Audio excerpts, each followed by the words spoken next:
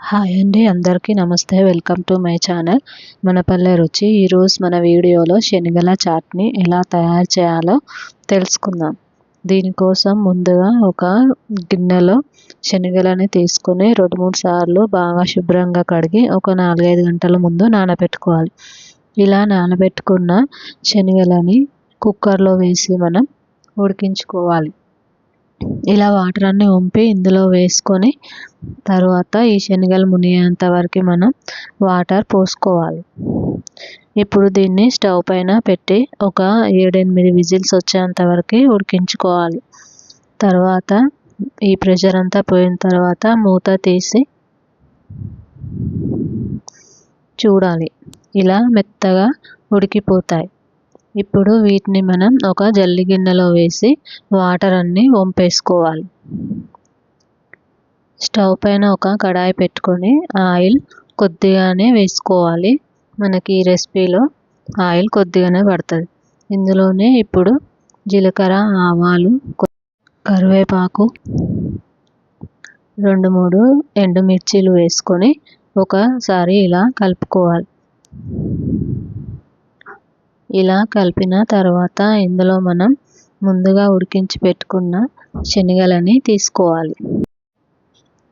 శనగలని వేసి ఒకసారి ఇలా అన్నీ కలిసేలాగా బాగా కలుపుకోవాలి. ఈ శనగలు అనేవి చాలా ఆరోగ్యానికి మంచిది.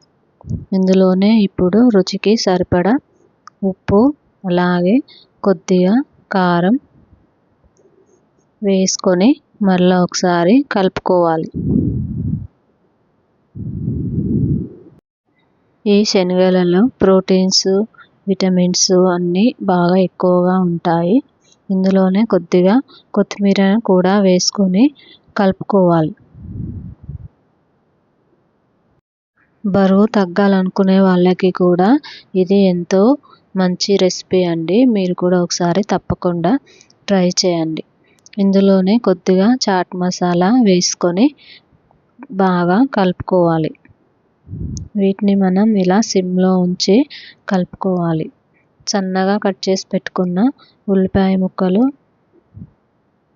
అలాగే ఒక చిన్న టమాటా ముక్కలని ఇలా చిన్నగా కట్ చేసుకొని తీసుకోవాలి. 1 నిమిషం పాటు ఇలా కలుపుకొని మనం స్టవ్ ఆఫ్ చేసుకుంటే సరిపోతుంది.